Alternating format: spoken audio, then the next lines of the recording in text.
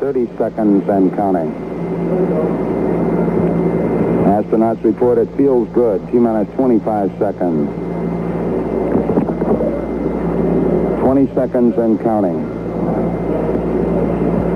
T-minus 15 seconds. Guidance is internal. 12, 11, 10, 9. Ignition sequence starts. 6, 5, 4, 3, 2, 1, 0.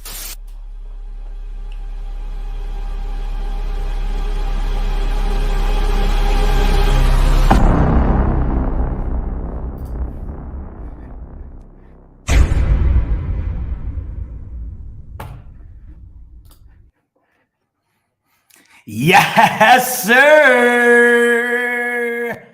What is up, Buffalo Fanatics? Z-Bot here with you. Monday night, you already know the drill. It's the smoke break live on the Buffalo Fanatics YouTube channel. The free agency frenzy is still underway. No rest for the wicked. And if that's the case, then Brandon Beane is the wicked witch. No rest at One Bills Drive for Brandon Beane and the Buffalo Bills. No rest in the NFL in general. It's been a crazy, wild offseason, a crazy free agency period. And Monday was no different. The biggest signing today, of course, Matt Ryan, the former NFL MVP for the Atlanta Falcons. He is now in the AFC with the rest of the, insane lineup of quarterbacks in the AFC.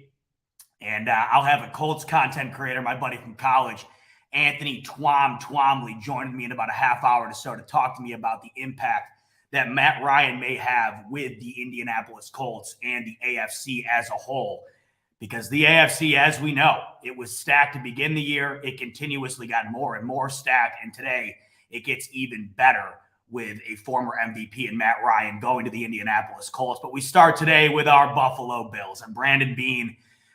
He ever since the night where he goes off and decides to get Von Miller and O.J. Howard, he has not rested. Brandon Beane has been full foot to the gas pedal, no stopping. And today, no different. Now, the one thing I've noticed with Brandon Beane this offseason, which has been incredibly refreshing, it's been awesome. Everything that fans seem to want, areas that fans felt needed to be corrected, have been immediately addressed.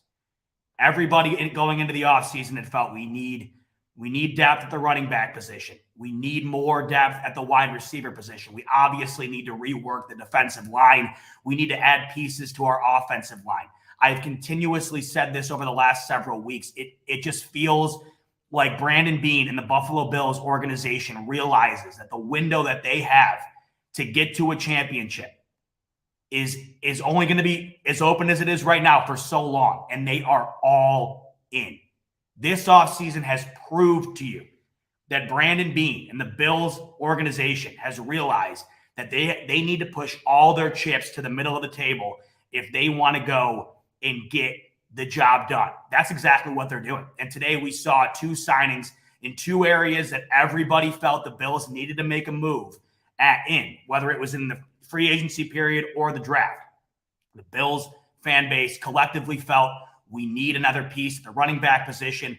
Obviously, Brandon Beane tries to go after McKissic from Washington. He backs out and goes back to Washington. Starting there, Brandon Beane's comments, that was wild the other day. He seemed pissed.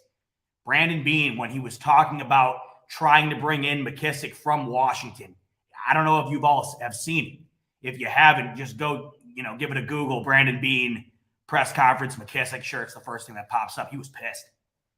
Pissed. I'm guessing. Obviously, I'm no GM. I've used the Buffalo Fanatics GM simulator numerous times by now. If there's one thing I'm not, it's a GM. But what I can tell from these GMs, an unwritten rule has got to be you don't back out of a move. You just don't do that. If a deal is done, it's done. You better leave it. But that's not what Washington did. And Brandon Beane seems like a very mild-mannered guy. He just seems like he's a guy, if you bumped into him, he'd be the nicest guy on earth. That's what I love about the Bills organization. Anybody I have ever met within it, nicest guy ever. Brandon Beane seems to be no exception. He seemed pissed. So what does he do? He goes out today and tries to address that position that was taken away from him by not getting McKissic. He goes out and gets Duke Johnson. Now, Duke Johnson, at face value, it's not an overwhelming signing, right? It's not perking your eyebrows up like it would if the Bills went and dressed a running back position with Saquon Barkley, Christian McCaffrey, but we all know by now that's not happening. But we did know that the running back position was not only an area that we need to improve in, but an area that we need depth in, especially after losing Matt Barkley in free agency. He's off to join Brian Daboll in the New York Giants now. Stop me if you've heard that before. That continuously seems to be happening, as we knew it would. As soon as Brian Daboll went to the New York Giants, we knew some poaching would be going on, but nothing crazy as of late. But Matt Barkley is a New York Giant. Depth needed to be added, and we all thought that an increase in reception production out of the backfield was something that needed to be addressed. That's why everybody was excited to hear about the McKissic signing. That seemed to be the highlight of the signing, right? McKissic was a guy you'd bring in to really help add value to Josh Allen's game by getting more receptions out of the backfield, something that we have not been necessarily elite at recently. Duke Johnson's one of those guys. I'm not sure he is as prolific in that department as McKissic is. Not to say McKissic is overwhelmingly prolific in himself, but Duke Johnson is an upgrade in that department. He has been a very serviceable receiving running back throughout his career. Now, he was drafted with Cleveland, as I'm sure all of you know. He played there until 2018, then had a few seasons with the Houston Texans from 2019 up until last year. Now, when you're looking at the overall body of work from Duke Johnson, he had been a very household name, I would say, a few years back. He had some highlights throughout his career, for sure. But, nothing overwhelming by any stretch. But what we have currently in Buffalo at the running back position isn't anything overwhelming either.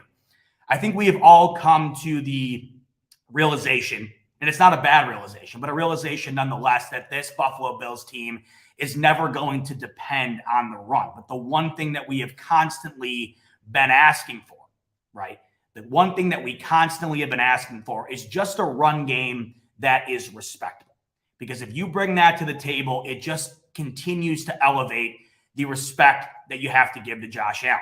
If you are able to bring another element to your offense that needs to command respect from the defense, Josh Allen's game only continues to heighten. As of right now, most teams go into a game knowing Josh Allen is 99% of our focus. But if you can even drop that down to 90% by adding more serviceability within the run game, that is huge. That is massive. So we don't know right off the bat if Duke Johnson will be that guy, but what we do know is Brandon Beane is trying to address that situation. And I'm seeing Kevin coming in here and saying, stats ain't everything, but dude can do things we need. Exactly. You can't look at stats a lot of the times when it comes to this, especially with a guy like Duke Johnson, who, he's gone through injury, right? He only played 5 games last year, 11 games in 2020. Not only that, he's on the Houston Texans. There's only so much you're going to accomplish when you're playing for the Houston Texans. Poverty organization, as of recently, as we all know. Only so much you're going to be able to accomplish. Same can be said for the guy I'm going to speak on in a minute, Jamison Crowder. It's really tough to look at stats from guys who are coming from organizations who are leaps and bounds away from where the Buffalo Bills currently are. But as Kevin said, he's bringing to the table things that we need. Scott Blakely coming in with the super chat. Appreciate you, Scott, my man. Scotty's saying, honestly, Beane is building a sustainable team. He stays true to his strategy and vision, not building for Super Bowl, rather for multiple Super Bowls. Hashtag dynasty. Love that, Scott. Yeah, Brandon Beane, he's a calculated guy. We know this. We know. That's why I put full faith into all Brandon Beane does. And I have no reason not to. Look where he has brought the team. Look at what the team has accomplished and where they have gotten to ever since Brandon Beane became the general manager of the Buffalo Bills. I have full faith in what Brandon Beane has been doing. And in this offseason, he has been going all in. All in. Yes, MP coming in saying Duke Johnson was with the Dolphins last year. You are absolutely correct. So he was with Cleveland until 2018, Houston 2019, 2020, and then you're right, Miami in 2021. Sorry, I misspoke on that. That's where he only played 5 games, was in Miami. So easily overlooked in Miami, obviously, for only playing 5 games. But it's a guy you bring in who I think right off the bat helps elevate the passing game out of the backfield for Josh Allen. That is something that Beane definitely wanted to accomplish with McKissic. He lost that opportunity. So instead of just sitting on his hands saying, well, we lost this one, nope, he's back out searching for a guy he thinks can fill that void. And it looks like Duke Johnson wound up being the guy. So you love to see it. I mean, I think a lot of people were upset when McKissic wound up not signing with the Bills because everybody had thought, okay, well, this seems like a done deal, and then it wasn't, and I understood the frustration. Clearly, Brandon Beane, out of everybody, was the most frustrated. But you bring in Crowder, I'll talk on Crowder in a second, but you bring in Duke Johnson, and I think he's going to wind up trying to fill that void that Brandon Beane was trying to fill with McKissic. Scotty coming in here with a super chat. Scott Van Leeuw, I think.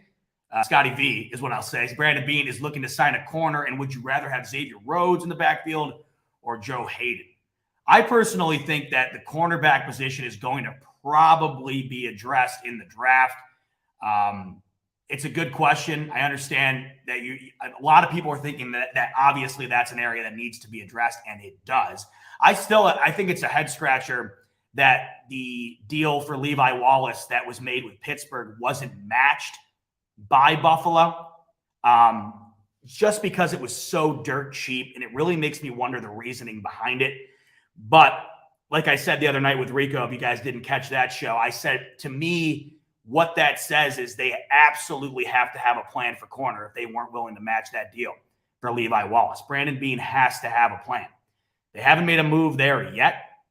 Not sure if they will in the free agency period, but you can bet your bottom dollar that if that doesn't wind up happening in free agency here, they are going to be targeting somebody in the draft. Who that is yet to be seen. But I think that even becomes more likely today because a lot of people were thinking, okay, wide receiver could be the first off the board. It still could be. And the Bills definitely need to go wide receiver at some point in the draft. But they do address that position. Just recently, within the last hour or so, the Bills bring in a wide receiver that is more than likely meant to be the replacement for Cole Beasley, and that is Jamison Crowder. Now, similar to Duke Johnson, Jamison Crowder coming from organizations that aren't world beaters. And obviously, Jamison Crowder, he's catching balls from Zach Wilson in New York. That's a bit different than catching balls in Buffalo from Josh Allen. On a different scale, we saw what can happen when you go from a quarterback who's mid to low tier to elite. Small sample size, and I'm not saying Jamison Crowder is on the level of this person, but let's look at what OBJ was able to do with his career immediately after leaving Baker Mayfield and going to the LA Rams. Resurgence within weeks. Within weeks, he was already back to being as famous as he was with the New York Giants. Back to the elite OBJ that we saw. Now, I'm not comparing Jamison Crowder to Odell Beckham, but when you are a wide receiver, who you're catching the ball from absolutely matters. Absolutely matters. Look at Stephon Diggs. And ironically enough, he's being reunited with Case Keenum, who has now been signed with the Buffalo Bills. Case Keenum, of course, is the guy who threw the Minneapolis Miracle ball to Stephon Diggs, which is hilarious. But look at Stephon Diggs' situation. He wanted out of Minnesota so he could catch balls from somebody who was more prolific than Kirk Cousins. And truth be told, I would take Kirk Cousins in a second over Zach Wilson. You know what I'm saying? In a second. So you look at Jamison Crowder's situation and you go and look at his numbers. Like Kevin had mentioned earlier in the comments, you're taking a look at the statistics. It's not going to overwhelm you. Last year, 447 yards. He did only play 12 games, 71 targets. That was the second lowest of his career. So on the stat sheet, it might not be the most overwhelming wow signing.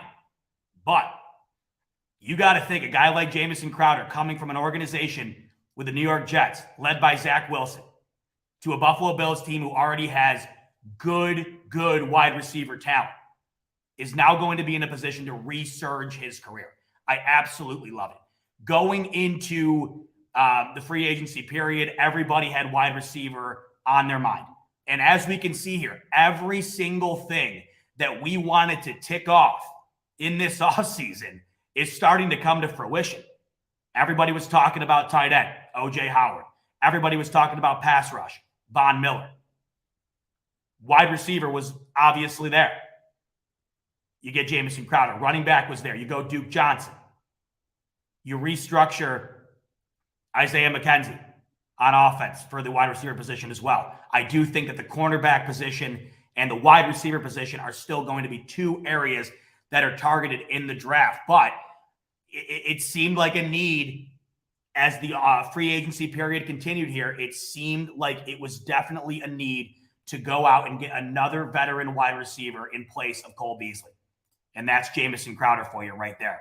And he's had several productive years throughout his career. I mean, even with the Jets in 2019, a career high in targets with 122. He had nearly 1,000 yards that season. 6 touchdowns that year. That was second in his career. So he's got game. Jamison Crowder's got game, only been in the league since 2015. And I just think you've seen what the Jets bring to the table on offense. It is not going to be an overwhelmingly prolific career as a wide receiver if you have been a New York Jet for the last couple of seasons. So absolutely love the signing. I think that was definitely an area that needed to be addressed, and it was.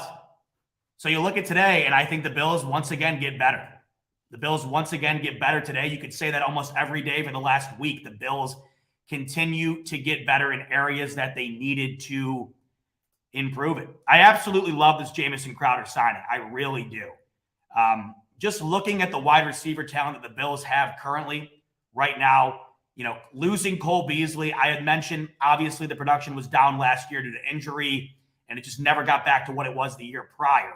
But, you know, Cole Beasley was a massive part of this offense for this team. The slot position always has been a major position within this Buffalo Bills offense. You lose Cole Beasley, whether he was on the decline or not, it's still a big loss. That's why I was stoked to see Isaiah McKenzie get restructured. I think he's going to fill into that role good as well. I think that's going to be an area that they utilize him in. But I think a lot of people had felt, is Isaiah McKenzie really going to be your exclusive slot receiver? And this is coming from a guy who's Isaiah McKenzie's biggest fan. I absolutely love the guy. He's a Swiss Army knife. What he brings to the offense, I think, is unlike what anybody else can bring on this Bills offense. He can truly do it all. And he was incredibly underutilized under Brian Dable. But I do agree that I'm not entirely sure if he was a sole starting slot receiver that you could rely on time and time again without another guy to rotate in. Now you have Jamison Crowder to do that, a veteran presence, and a guy who I think still has a lot of good football left in him. And even a couple of years ago, like I said, in 2019, it was essentially a career year for him, and that was in New York.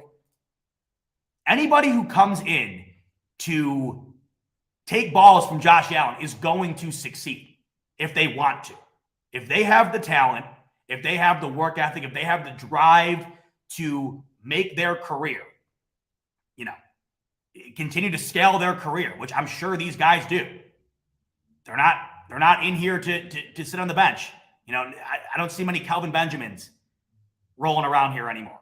That's a perfect example. Kelvin Benjamin, that's a guy who just didn't want to be on the field. But if you're a guy who is a veteran presence, who has clearly shown that you have the ability to be a solid receiver, you are immediately going to be better with Josh Allen throwing you the football. Immediately. Obviously, Stephon Diggs is on a different stratosphere than Jamison Crowder, but look at Stephon Diggs the minute he came to Buffalo. Instantly became arguably the best wide receiver in the league a season ago. It matters. Look at Cole Beasley. As soon as Cole Beasley came into Buffalo, he immediately became an all-pro. Best career, or best season of his career with Buffalo.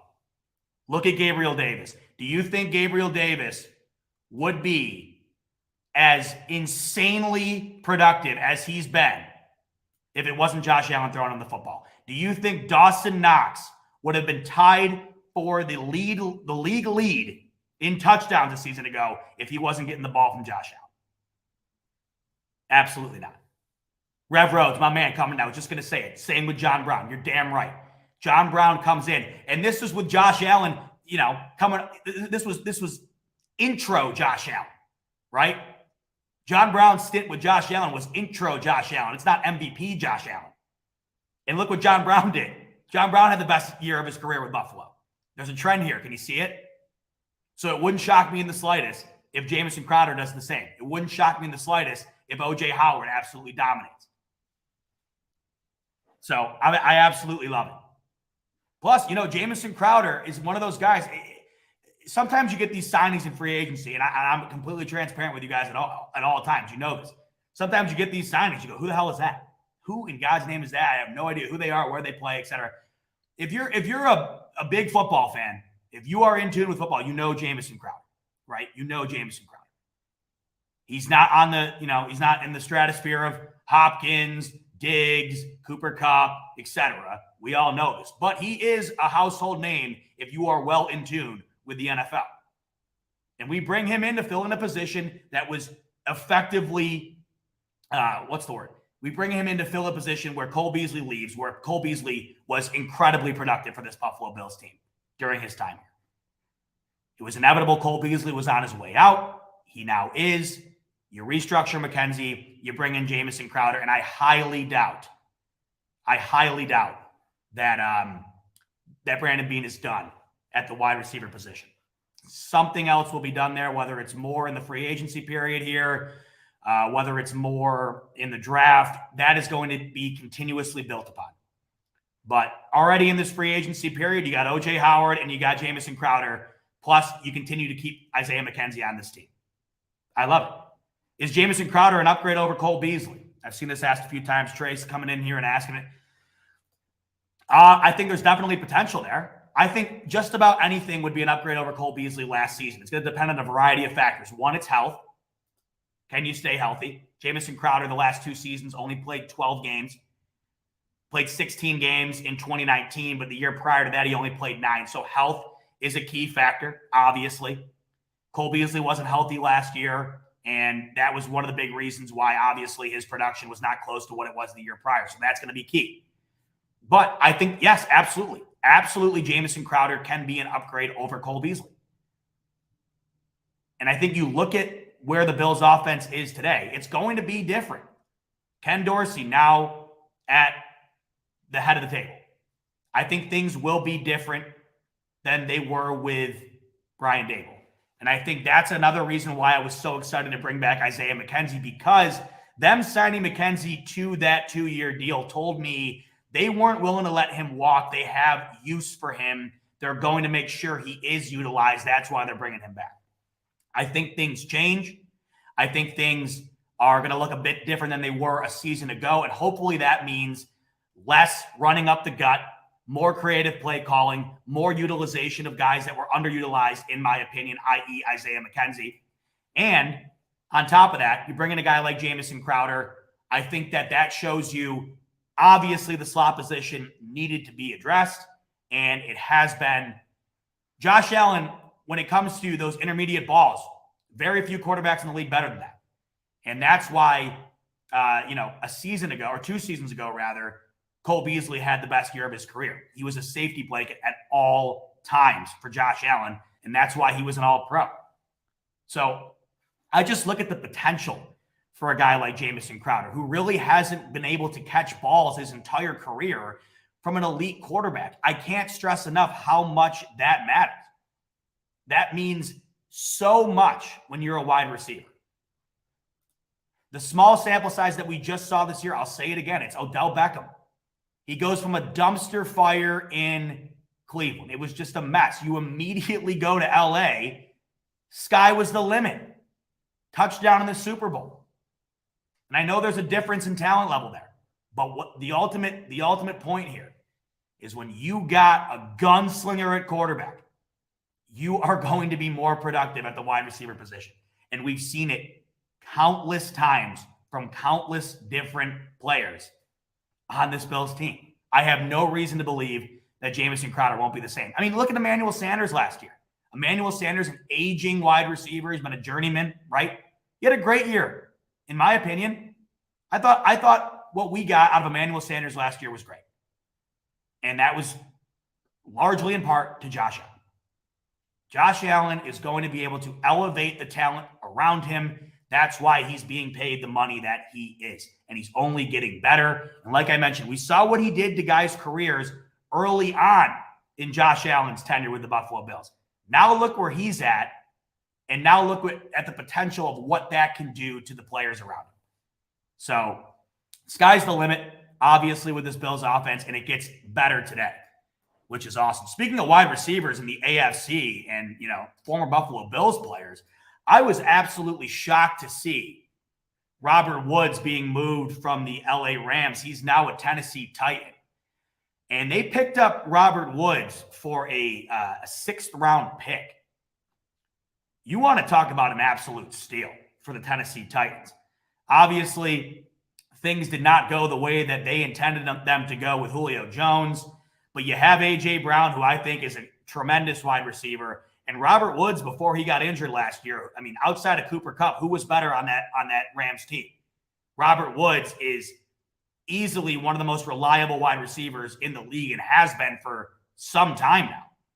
And I think that the Tennessee Titans got an absolute steal in Robert Woods. The AFC just continues to get better and better. And today, the Tennessee Titans get better. We obviously know that in the passing department, if you're a Tennessee Titans fan, you'd like to see that improve. Obviously, their meat and potatoes is Derrick Henry, and they're getting better. They got better today. Robert Woods, a hell of a signing for the Tennessee Titans. Like I mentioned, in a few minutes here, I'm going to have my buddy Anthony Twom come on. Big signing today for the Indianapolis Colts, taking in Matt Ryan, the former NFL MVP. This AFC, folks, there's a reason Brandon Beane has been one of the most active general managers in the entire NFL during this free agency period. He had no choice. All of these AFC general managers have no choice. I still cannot believe that the New England Patriots are they've essentially sat on their hands the entire offseason here. It is remarkable to me. You cannot have a mid-tier quarterback in this AFC and expect to come close to competing. Look at this conference. It's insanity. Even outside of the quarterback position, the signings being made are just absolutely absurd. Devontae Adams, a Raider. Insane. Khalil Mack on his way to the Chargers. The signings being made by the AFC teams, especially teams that are in a window where they can definitely make a run. It's remarkable. And I keep coming back to what I'm seeing from the New England Patriots. It's laughable to me. Everybody wants to tell me, including Rico, the other day we kind of got into an argument about it live on the air. He was telling me that we shouldn't sleep on New England. I'll never sleep on New England just because of the torture that was, we were put through forever. But with that said, I will be the first person to sleep on New England in this current moment. I mean, are you absolutely kidding me? What the AFC is doing right now, I cannot believe with a quarterback like Mac Jones, who as of right now probably doesn't sniff the top 8 to 10 in the AFC, the New England Patriots have gotten worse this offseason by doing absolutely nothing, while the rest of the AFC continues to add to their rosters and get better and better and better.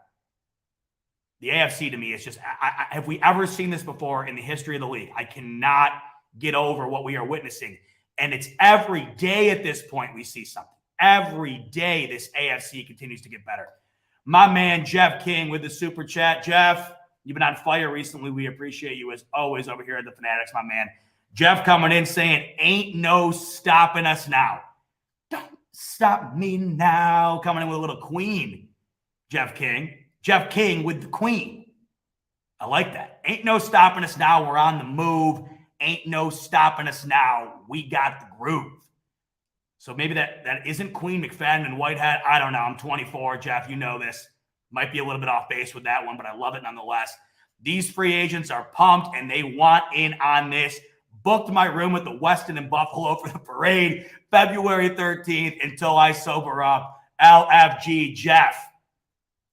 You're a smart man. I need to do that as well. You imagine what the hotel rates will be in Buffalo if that wound up being the case? Jeff, you're a smart guy. You're getting ahead of the curve. You're getting ahead of the curve. Jeff, appreciate you, man. And Jeff is not kidding. Ain't no stopping the Bills now. The Bills are ready. They have been ready, but after this free agency period, you can definitely tell the Bills are still firmly in the driver's seat in the AFC. Speaking of the insanity that we've been seeing in the AFC, I continuously kept talking about the additions at the quarterback position because there's been so many. And today, the most recent, and I think it's a huge signing for the Indianapolis Colts, the Matt Ryan era in Indianapolis starts today. And I think an Indianapolis Colts team who, let's not forget, absolutely rolled over the Buffalo Bills a season ago. An Indianapolis team with Phillip Rivers, who was a play away from beating the Bills in the wild card a couple of seasons ago.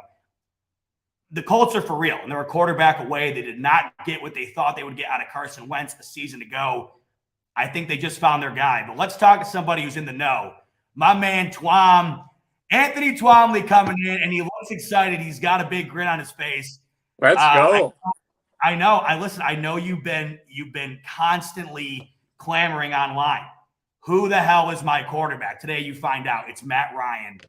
Initial thoughts as a Colts fan on what this does for the Colts, and then in the grand scheme of the AFC, how does this help Indianapolis looking at the gauntlet that everybody in this entire conference is staring at? Well, before I dive into that madness, I'd just like to say it's an honor to be on here. Honor to be talking to you. Missed you, my man. So this is just awesome. I missed you too. It's an honor to have you on. Well, this is you and Tex. You're my first two thoughts when the Colts make any moves. So I was dying to hear what you had to say about it. And I know I go on my hiatuses sometimes on Twitter, but I've been quite active lately, as I'm sure you've seen. But yeah, just jump into it. I like the move, and we know a lot of people were linking Jimmy G, Baker as well. And obviously Matt Ryan, especially when the Deshaun news was coming through. And of the three, I'm a big mental gymnastics person. So I feel like the easiest way for me to really sell myself on this team was Matt Ryan. And I get it. 36, the Falcons really haven't done anything since 28-3. But I think he's still got some gas left in the tank. And like you said, with Phillip Rivers when he was on this team, that game still haunts me. That game was very, very, very close. And they didn't lose that game to the Bills in the playoffs because of Rivers. He played very, very well. So I think, I think you're going to get an output very, very similar to that. He's an aging guy. He's been here 14 years. So I think, of those three trade options, he was the safest bet. And what you gave up for him, only a third, I was shocked that they were able to get away with only giving up a third. I could easily sell myself on that. And I think finally everyone knows, especially us Colts fans, it's been 5 years, 5 quarterbacks. So I think Matt Ryan hopefully could be here at least 2 years, but I think this is what they should have done with Rivers. I think they get it right this time. Draft a guy behind the veteran. They failed to do it with Rivers. He retired. We saw what happened with Wentz. We did see that. We're going to remove that thought from our heads.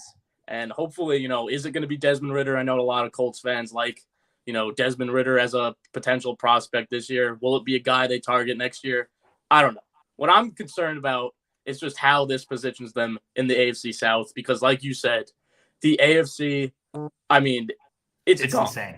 It's insane. And even though you guys are at the cream of the crop, it's still crazy. You could talk about but the Colts. That's the thing about the AFC, man. It's just anybody's a move or two away from being right there too. That's the craziness of it. It's ridiculous. If you were to power rank the top 10 teams in football, I know. 8 at 7 at the very least are in the AFC. In the NFC, who is it? It's Green Bay. Outside of the Rams, Rams, even Green Bay today. How much different is Green Bay without Devontae Adams? That's what I've been saying. One of my friends is a huge Vikings fan. I'm not going to pick the Vikings to win the division, but as things stand right now, listen, if they can just right the ship, the Vikings are very much in play for that division. Who is Aaron Rodgers throwing to? He might as well be throwing to me and you right now. Well, who's there?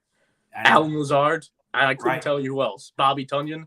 I could not tell you who else Aaron Rodgers is throwing to. In the NFC, it's like literally what? The Rams.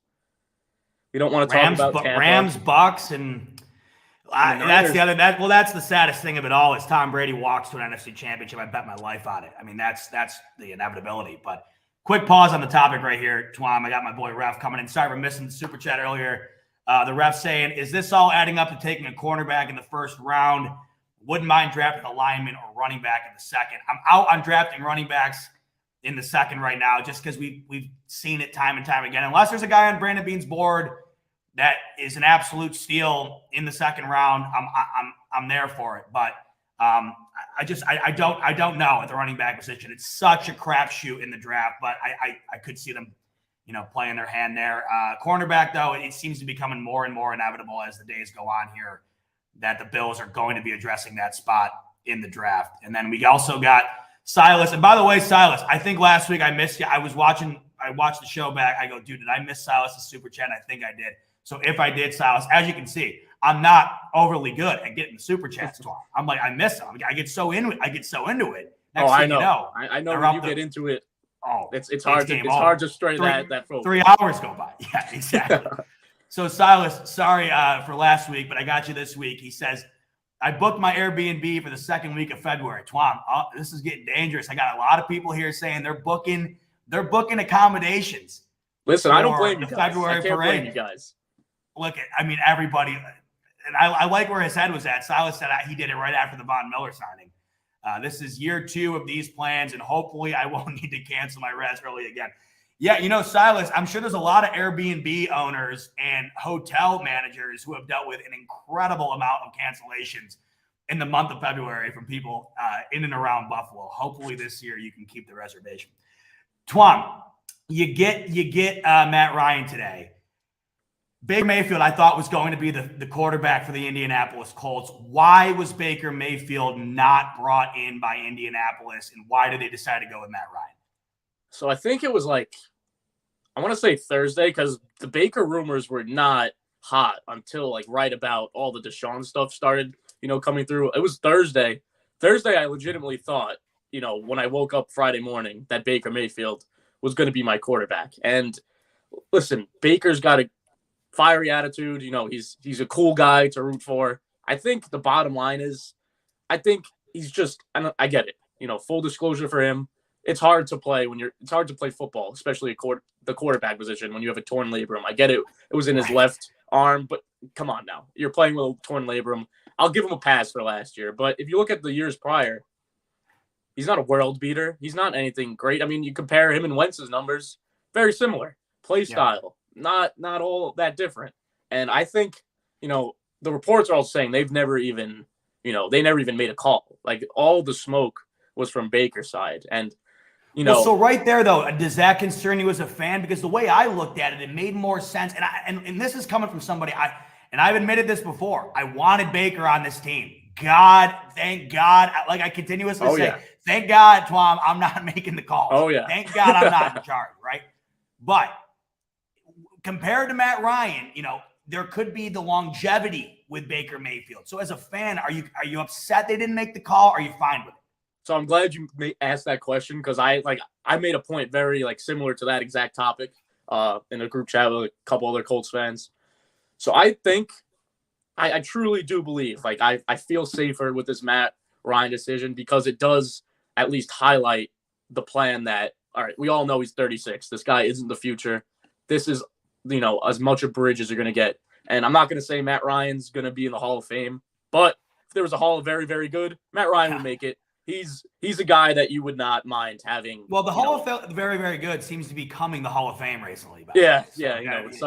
Some inductions. He wins a ring with guys over at Lucas Oil. He's there. That's the other thing too. He's a Brady comeback away too, probably from being in Canton. You know what I mean? Yeah.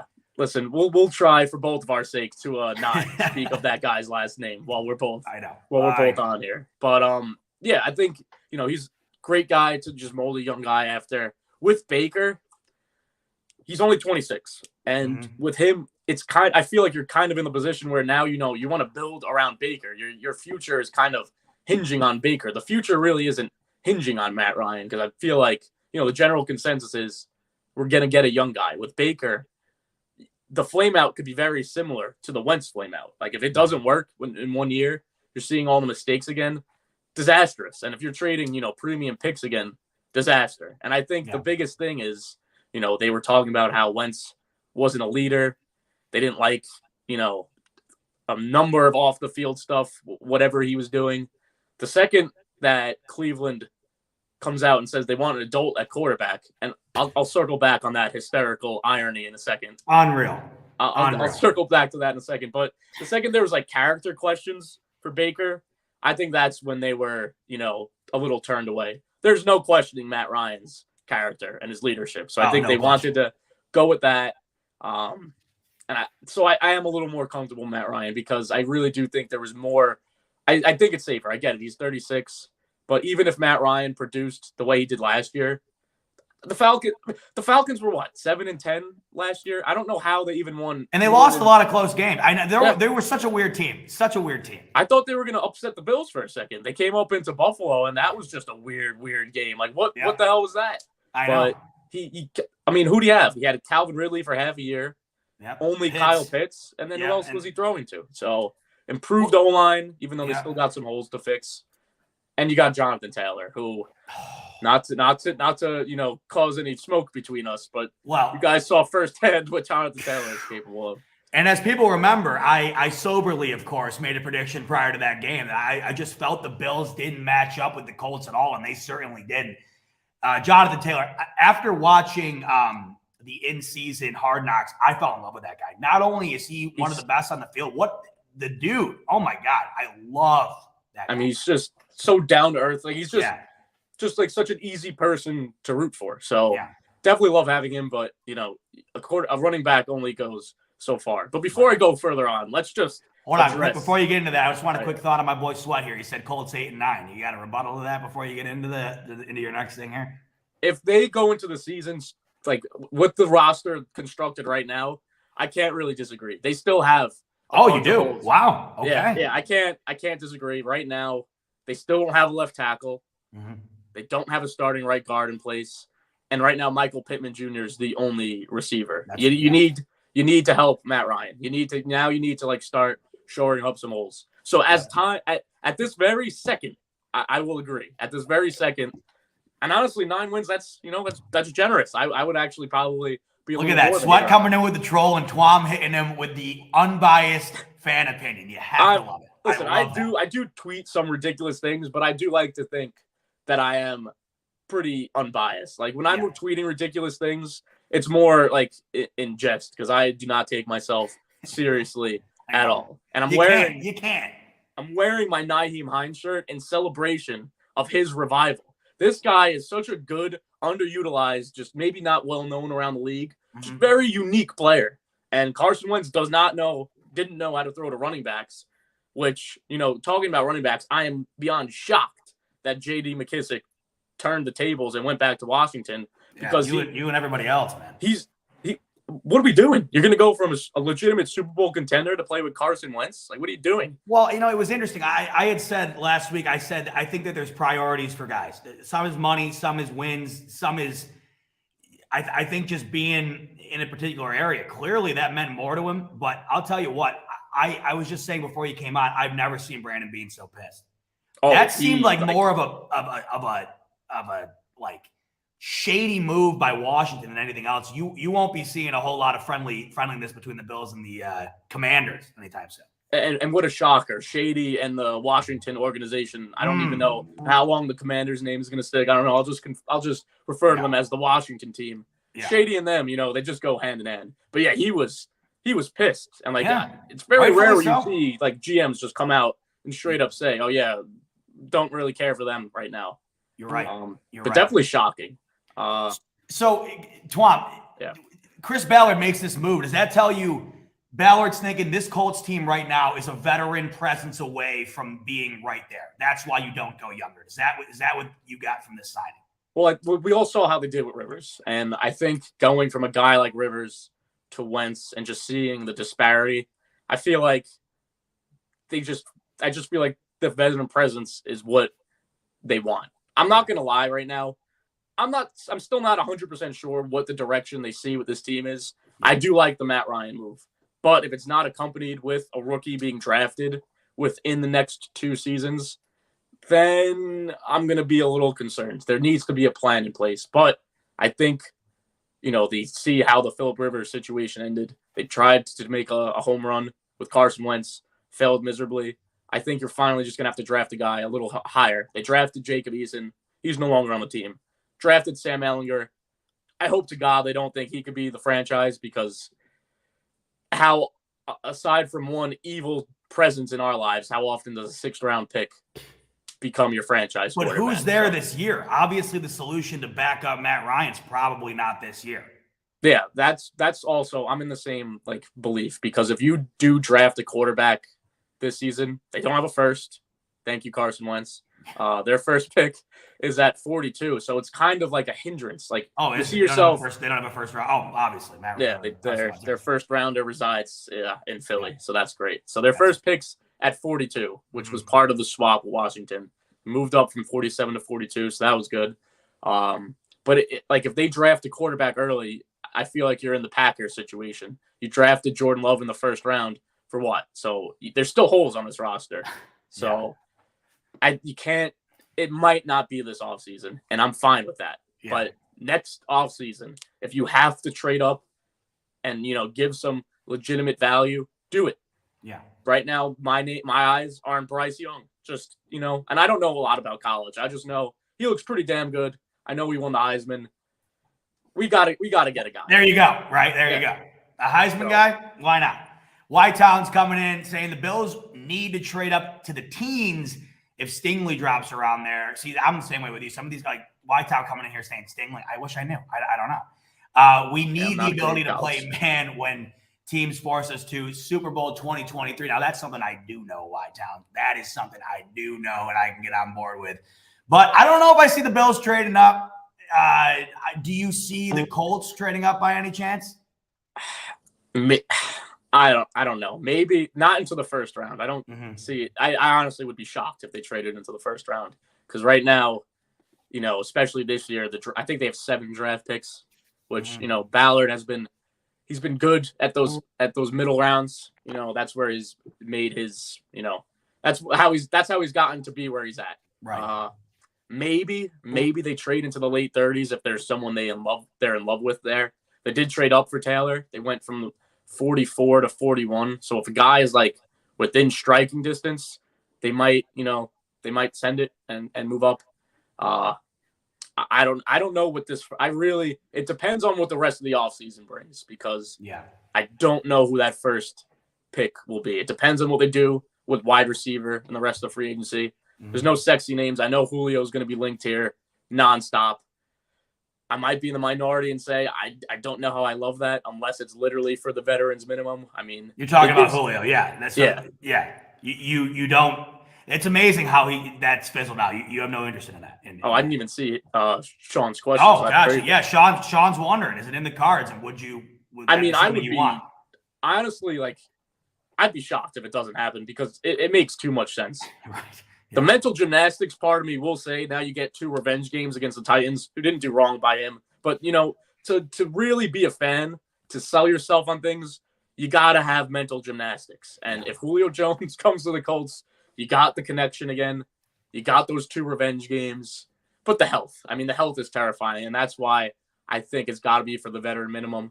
If they bring back T.Y., then you're looking at 40% of your wide receiver room is very injury. Oh, wait, and let me remind, it's easy to forget him because he just doesn't play. You also have Paris Campbell on the roster. Do you want 3/5 of your receivers being very injury plagued? Well, especially, and I don't know if there's anything that I don't know if the Colts made an inquiry here, but the Titans in your division today, Robert Woods for a 6th, and was there any thought to go after him? Because I couldn't believe the steal Tennessee got today. So like the sixth, and I'll admit, like I had to like read a couple more smarter people than me, like break it down before I gave my immediate thought. You see a sixth rounder, you're punching the table and immediately getting mad. I was looking at the Bills as like a possible reunion. I mean, oh my God, yeah, and everybody else. I love the guy. I love. He's awesome. Yeah, he's awesome. I really think, what might have turned them away, and this might be why Julio might not be in the cards. I mean, $16 million. So that's obviously not, a cheap contract. 30 coming off. Well, compared to Christian Kirk, I'm putting $60 million on Robert Woods all day before that. Yeah, the Jaguars ruined the whole market. What the hell was that? It's a very fair point. The Jaguars, listen, they do this year in and year out. And it's amazing that they still haven't found any GM with semblance, because when you look at how much the Jaguars spent and then you look at their roster, do you look at it as a roster that like got vastly improved? Like you looked at the Patriots, I know we both hate them, but we'll give credit where it's due for a second. When they spent all that money, it was on people who were like really good. Like it's all right. You could see them. It got them to the playoffs. You're right. Yeah. And it got them to the playoffs. Hopefully, hopefully that stops. Hopefully they don't go. Don't know where that. Well, I was just saying before you came on, I don't know where that money is this year. They've done nothing. I cannot believe what that. I mean, they're nothing compared to the rest of the AFC right now. Nothing. Yeah, I mean, other than this Matt Ryan move, it was literally the Patriots and the Colts not doing anything. I mean, the Colts had a lot of money to spend, right? They always do. They always do. I don't know if you've seen my Chris Ballard, Mr. Krabs meme floating around, but I've been posting it a lot because this guy loves just hoarding his cap space. Yeah. But I've compared this Patriots season as a whole to the last time the Giants made the playoffs. Not comparing organizations, so let me just clear that up right away. But you just look at just the structure of the season. Like 2016, the Giants balled out on defense, and they had a great defense. 11-5, really good season. Their offense, it wasn't the offense that they got them in the playoffs, but they spent on Olivier Vernon, Janoris Jenkins, a couple other guys, spend a ton of money, make the playoffs, get housed by the Packers in the playoffs. Patriots, missed the playoffs the year before. Like you said, when the Bills beat them on Monday night 2 years ago, just sent them into sheer panic. They spent I don't know how much money they spent last year, but they spent a whole lot. Made the playoffs, and what happened? Probably. I'll tell you what happened. I'll tell you what happened. Best games in your life, if not the best. I mean, I'll tell you what happened, Tom. Oh my God, I'll never forget that one as long as I live. Oh my God, is that number one for you? Or is it when the Bills clinched the playoffs? Well, I mean, that was that was amazing. But the best part of it was, I mean, that was the first time I'd ever been to a playoff game in person, let alone, in Buffalo. And I mean, dude, that was just like 20 years of just revenge and hate. And I mean, if I could tattoo, I don't even know how you do it, but if I could have the game script of that thing, like just tattooed on my entire back, I would do it. I mean, if I could relive that day every day for the rest of my life, I would. But then, of course, the week later was probably the most heartbreaking thing I've ever gone through in my life. I wasn't going to bring it up. I wasn't going to bring it up. Well, we do enough of that here anyways. We talk about it. We talk about it still way too much. I get a comment once a week. We still talking about the 13 seconds, and I'm like, I'll be talking about that shit until the day I am dead. That's where I'm literally at, the only thing that could cure that wound is just getting a Super Bowl as soon as possible. And you guys, or just beating the Chiefs in the playoffs. Like at this point, that's like last week. Somebody asked me, is the pressure on for Sean McDermott? And I go, absolutely not. He's been terrific. But you get to a game, you get to another rematch with the Chiefs in the playoffs. Pressure's on. You can't go 0-3 there. You just can't do it. Got to get that game in Buffalo. Before I let you roll. Yeah, exactly. Before I let you roll. So Deshaun Watson, he's out of the division for you. I mean, quite literally now, even if the Colts don't make a litany of other moves, you got to think it's them in Tennessee, especially with Matt Ryan. I think you guys got a decent shot in the division. But Deshaun Watson's gone. He stays in the AFC. He's a Brown. I haven't talked to many people about it, and I think it's an insane story from top to bottom. Before I let you roll, just your thoughts on the whole Deshaun Watson signing for Cleveland. Yeah, so like as like I said earlier, just the insane irony of the Browns saying they wanted an adult at quarterback, and then have you seen like all the bending and breaking that they did to make sure that Deshaun would come? Because on Thursday he said they were out. And I know. then they were just, obstacle after obstacle. And they finally said, hey, if you accept this trade with us, we will immediately guarantee you $46 million a year. I think that'll change. The guaranteed money, I cannot believe it. I cannot.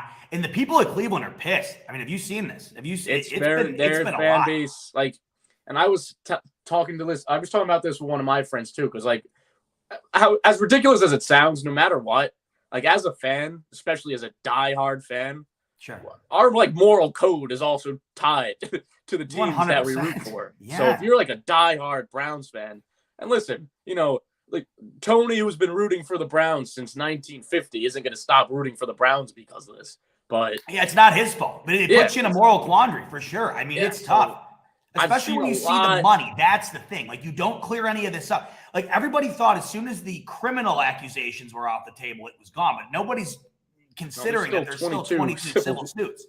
When you give the guy $250 million, and not only that, but I mean, you don't even know, he could be suspended 6-8 games. So it's a whole thing. But I've seen small businesses in Cleveland say they'll no longer sell. And I get it. Like you said, there's a fine line between the love for the team, but also it's the best way to put it. It's a moral quandary. It really is. But you look at it from the football perspective, that's the crazy thing. That's the irony almost entirely, Tom, right? Cleveland forever has been looking for a franchise guy, and it took having to go through this tumultuous situation in order to it's always something. It is. And that's why, to me, something about it tells me it won't work because it's Cleveland. I mean, it just, something's going to go wrong. And listen, even if he gets cleared of these 22 cases, I find it very, very hard to believe that you have 22 things against you and you didn't do anything wrong. It's like, it's crazy. But the sad reality is that, we're football diehards. We're going to have to approach this at a football move, obviously makes them a lot better. But if I was a Browns fan, I would hold my horses like on the trash talking about winning the division next year. Let's find out how many games he's missing first. Sure. Listen, if you're missing your franchise quarterback for 8 games in this AFC, I'll see you next year. You're not making the playoffs. No doubt. There are 10 legitimately good teams in the AFC, and 3 of them are not going to make the playoffs. Yeah. That's the crazy thing. And statistically, about half the teams who make the playoffs the prior year don't make it. You look at the AFC right now, there's going to be some teams. I was listening to Pro Football Talk earlier. Mike Florio put it perfectly. He said there's a team in the AFC who will probably miss the playoffs that could have probably made the Super Bowl in the NFC. And it's true. It is 100% true. It's nuts. If you were to power rank just the AFC West and North alone, you'd get 7 playoff teams, and that's not even including the Bills. That's not even including the division winner of the AFC South. So that it's insane. And we're lucky because if you look at our 2 divisions, they're by far the weakest. By far. I mean, it's you and the Titans, and with the Bills, it's the Bills. I mean, I've never been so happy in my life to be in the AFC East. I continuously say this. I never in my life I would ever say that. But you look at it, and you know what's crazy for you right now? Until Trevor Lawrence proves himself, you have the best quarterback in the division, which is wild. Yeah, I think it's fair to say that Matt Ryan is better than Ryan Tannehill. I'm not going to go ahead and say he's leaps and bounds better than him because Tannehill does have his odd games, but he definitely took a step back this year. Probably Arthur Smith has a lot to do with that. Going to Atlanta. But it's like heads or tails with them. I feel like if you're going to put Matt Ryan over Ryan Tannehill, if you're going to power rank all the AFC quarterbacks, they're probably interchangeable at like 9 or 10, 8 or 9, something like that. But it's definitely a move that I'm not going to go crazy. I'm not going to say this is going to make them a championship contender because it's not. I thought Wentz was going to. I was so shocked with how the Colts season panned out last year.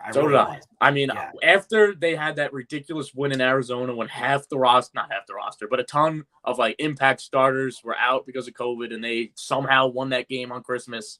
Yeah. I started looking at, what potential playoff matchups that they could have.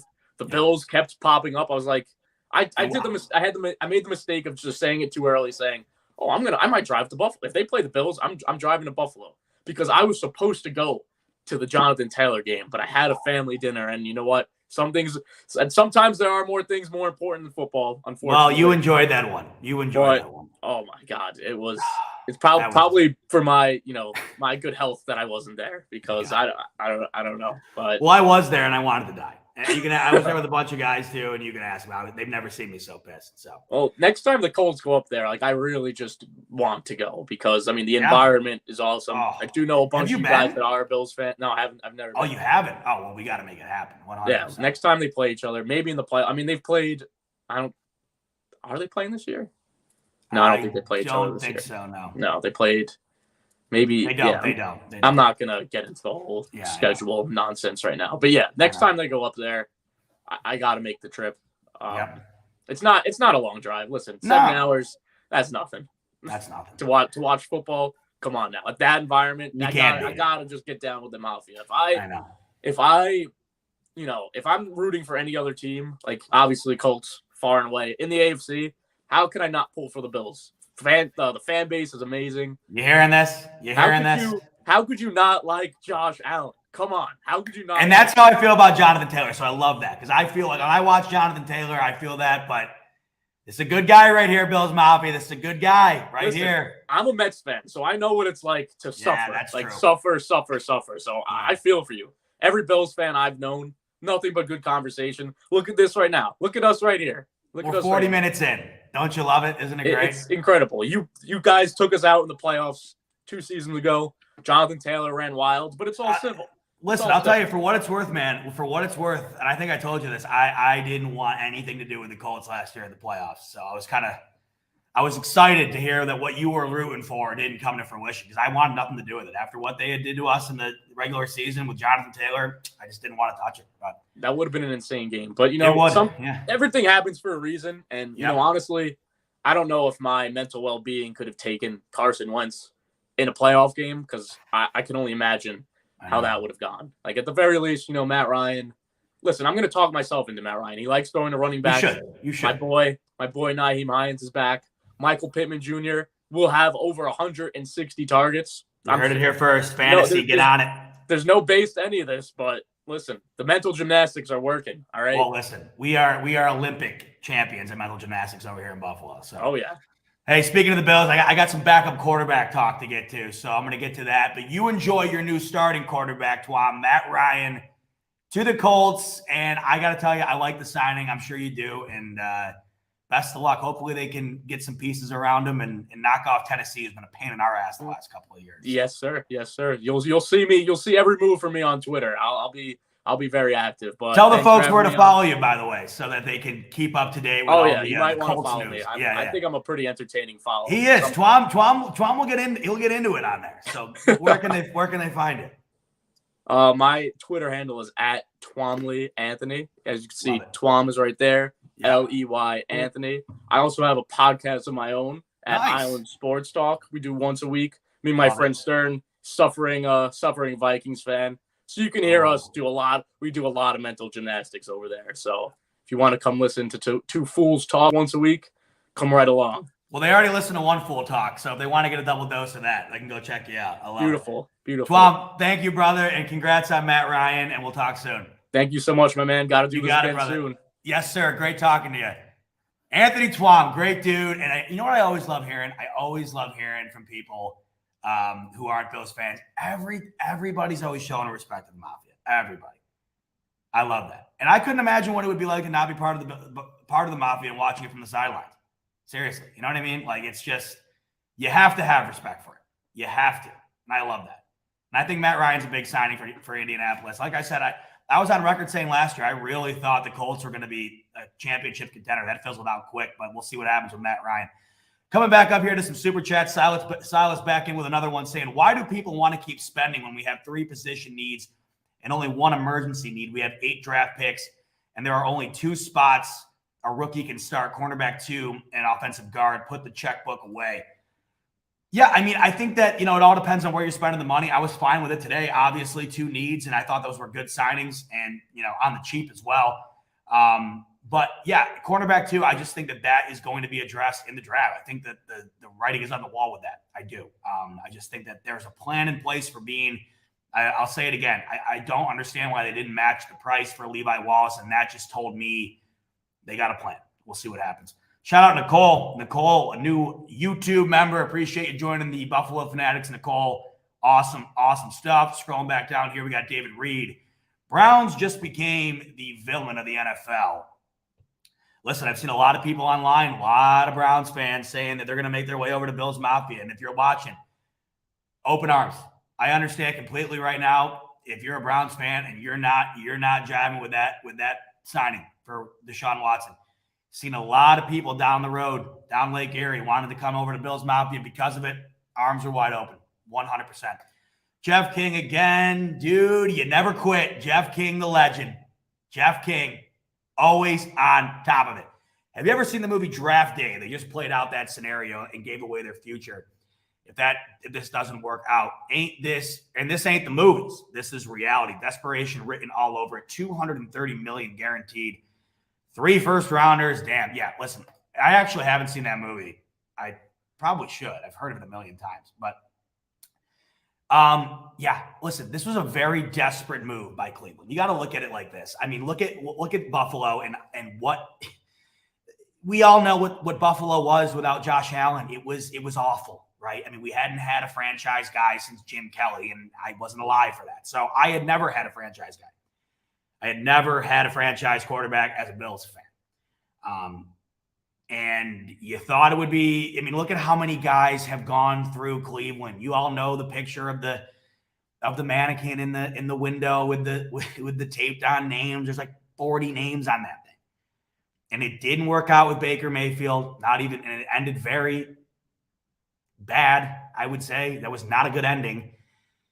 Yeah, I mean, Deshaun Watson, he's an elite quarterback. And if we're talking strictly football, this is the best day. This is the best week you could have possibly ever had as a Cleveland Browns fan in, I couldn't tell you how long. I mean, literally forever. If you're talking strictly football, this is the greatest week the Browns have had in decades. But in typical Browns fashion, in order to get that signing, in order to get your franchise quarterback, they are going to have to deal with the outlash, 100%, and they are dealing with it. But it was inevitable. Somebody was going to take in Deshaun Watson, 100%. Obviously, he's a top 5, 10 quarterback minimum. So that was going to happen, but everybody knew if you take him in, you're going to have to deal with the repercussions. Yes, criminally, he's not facing any charges, but he still has 22 civil lawsuits. That is going to have to be dealt with. That's probably going to result in suspensions, probably going to result in fines. We'll see. But I understand people are unsettled at the fact that you give a guy facing 22 civil lawsuits $250 million guaranteed. Yeah, that doesn't sit well with people. But, on the field, Cleveland, a better team, but they're going to have to deal with all that situation. And once again, if you ever needed another reason to be so proud, and I'll say proud because that is the right word, proud to be a Bills fan, proud to be a part of the Mafia, because it is just, I've said it a million times, it's a culture unlike any other. I mean, you just saw Twom, Colts fan. What's he doing on his way out here? Praising and respecting the Bills Mafia. Why? Because that's what this community is, this culture is, and that's predicated on an amazing culture within the team. And if you ever needed another reason to love Josh Allen, there it is. Because you don't have to deal with it. You don't have to worry about that stuff. You don't have to worry about any of the off-field. You don't have to worry about any of the drama, the controversy. You don't have to. And, that's why I when I heard, the first thing I thought of when we lost Harrison Phillips, it wasn't losing a guy that I thought had a terrific year last year and earned a contract. The first thing I thought of is all the amazing work that guy did in the community in Buffalo. That's the first thing I thought of. You're losing a player that I thought was going to be great on the field moving forward. But more than that, you're losing an incredible member of the Buffalo Bills culture in the Buffalo community. When you think about Josh Allen, outside of being perhaps the best quarterback in the league, he's one of the best role models in the league too. And don't forget it. Speaking of quarterbacks, listen, Josh Allen can't be the only quarterback on the roster. There's got to be some guys waiting in the wings.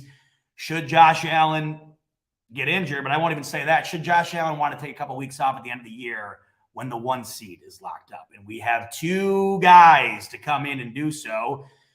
We'll start with a familiar face. That's Bitcoin Barkley. Matty Barkley back on the Bills for a 1-year deal. I love Matt Barkley. He's hilarious on Twitter when he was with the Bills.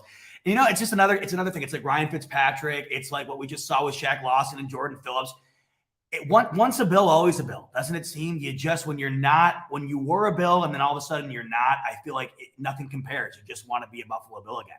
That always felt like Matt Barkley. I mean, for Christ's sake, you saw Ryan Fitzpatrick in the stands with us at the wild card game against the Patriots. It's just, that's what this is. That's what the Bills are, like right there. And Matt Barkley always just felt like as soon as he left, he was sad to leave the Bills, and he looks like he looked like a kid in a candy store when he got re-signed, right? I mean, he loved it in Buffalo, and he's back. So that's awesome. Obviously, we know with him, it's not Mitchell Trubisky should Josh Allen go down. You know what I mean? I mean, I think that was a luxury we had last year. Thankfully, we never had to use it. Matt Barkley is who he is at the backup position, but the Bills had to make a move. But he'll be in the third tier because Case Keenum, I think, will be the first backup. And that's another guy that the Bills just bring in. The Bills sign Case Keenum from the aforementioned Browns. So the Browns actually replaced Case Keenum with Jacoby Brissett. My thought on that was the Browns probably go out and get a higher-end backup quarterback knowing that Deshaun Watson is probably going to be missing several games. They have to be prepared for that. So they move on from Case Keenum, and they go after Jacoby Brissett, and now the Bills take on Case Keenum. He's going to replace Mitchell Trubisky and be the backup for Josh Allen. So the Bills get Case Keenum for a 7th-round pick. So I think for the price and for the position need, I like it. I think that if you're talking about comparing him to Matt Barkley and Case Keenum, 100%. Now, the unfortunate thing is no matter what happens here, if Josh Allen goes down, neither guy is going to be able to fill in the shoes that Josh Allen leaves. And we all know Case Keenum bounced all over the league since he was inducted into the NFL back in 2013. But I think it's a guy that he's serviceable at the backup position. It is an upgrade over Matt Barkley, in my personal opinion. We've seen what Matt Barkley can do on the field when he gets in. It's nothing groundbreaking. Not saying what Case Keenum does either. I just think it's a better fit. Neither are an upgrade over Mitch Trubisky. There's a reason Mitch Trubisky is going to be starting in Pittsburgh. I've told you this. I think Mitch Trubisky is a starting quarterback in this league. Having him last year for the price and the talent level for a backup quarterback was a steal. It was a luxury. So he's gone, and I think right now it's 2 solid moves at the backup position. You just hope that you never need to use them, right? You just hope that you never have to utilize your backup quarterback. But it was an obvious need. And once again, back to my original point, all the needs that the Bills have had in this offseason, they've truly addressed them. I mean, I can't tip my cap enough to Brandon Beane. It is so fun. How fun is it? Man, how fun is it to just be a part of all of this recently? I mean, this is just, it's a new era in so many different ways, not just with Josh Allen and the winning on the field and the playoff appearances and whatnot, but like just having an offseason that matters, having a GM that's as aggressive as anybody else in the league and making blockbuster signings and filling in the gaps that absolutely need to be filled in. You can trust the guy. I mean, even as a fan, you obviously don't know a hundredth of what Brandon Beane knows when it comes to these moves, but hey, I'm watching the games. We need to address X, Y, and Z. And there it is. I mean, there it is. We've seen it in nearly every void. And I think the ones that we have yet to see filled, like I continuously see being brought up about the cornerback too, what reason do you have to not think that that's going to be taken care of? Because everything else has. And I just think there's a plan in place. I'm not a huge draft guy, admittedly, but I'm very interested to see how they wind up approaching the draft, because they've approached this offseason so aggressively and so dominantly and so blockbuster and so it's just so aggressively. I mean, it's been incredible. I'm dying to see what they do in the draft. You have to think that momentum and that mentality, it trickles in to the draft. You have to think it does. So that's what's got me really interested about it. Yeah, Josh coming and saying, damn, I wish I had it like that and just be tipping YouTubers 100. Must be nice. Good shit. That's love. Nothing's expected. It's all love to everybody, tip or not on here. I don't come in here expecting anything. But Jeff King, I'm glad you shouted him out because Jeff King, he's one-on-one, man. Jeff King's a legend. He's always showing over-the-top love, and everybody in here knows Jeff King's the GOAT. He's the man. Always tuning in. He's an OG legend Buffalo Fanatics fan. So, yes. But with that said, $1,000, $100, $0. We all love every single one of you tuning in. We got 318 in here right now on a Monday night, which is awesome. Make sure to hit that like button, subscribe it up. And, by the way, don't have the video or the video promo queued up right now, but you listen to all these moves being made by Brandon Beane and the Bills. It's awesome stuff. Why not make your own move? I'm sure many of you have done this already, but if you haven't, get over to the App Store, the Google Play Store, and download the Buffalo Nats app. We have that awesome GM simulator on there, updating it constantly. Make sure to download that app, show some love. I think we have over 5,000 downloads on that now. It's only been out for like a week or two, so that's awesome. Really appreciate you guys showing not only love on here, on the socials, but on the app too. Hope you guys are digging it, but try your hand at this, man, because you will realize and appreciate even further what Brandon Beane's been doing when you go onto that GM simulator, because this stuff is not easy. I find myself sitting on that app, trying it, and I'm like, dude, I can't do this worth of shit. Imagine doing it in real life, and you see what Brandon Beane's doing. I'm like, how do you do it? How does he do it? It's wild. It's crazy. Speaking of craziness, thought we'd end the show with a little bit of a funny story here. If you follow me on Twitter, you've seen it, but I wanted to talk a bit more about it because it kind of went a little crazy last night on Twitter, as I kind of expected that it would. Because as we know, Buffalo fans, Buffalo natives, upstate New Yorkers, we know a thing or two about chicken wings. If there's anybody who knows about chicken wings, it's us, right? And there's nothing more disheartening than someone messing with your wings. There's nothing more disheartening. And I got messed with last night. My birthday's coming up. It's on Friday. I'm going out of town later in the week. So is my family. So we're not going to be around for my birthday. So we got some wings last night, a little early, hangout, celebration type thing. So that makes this even worse, right? So, so we're hanging out last night. We get some chicken wings. And this comes home. Now, on face value, the wings, you can't. I don't know if you can tell from this photo, they're not the best looking. I mean, they're no barbell. Which, by the way, I'll get into that in a second. But they're no barbell, obviously. But I think you can identify the problem here.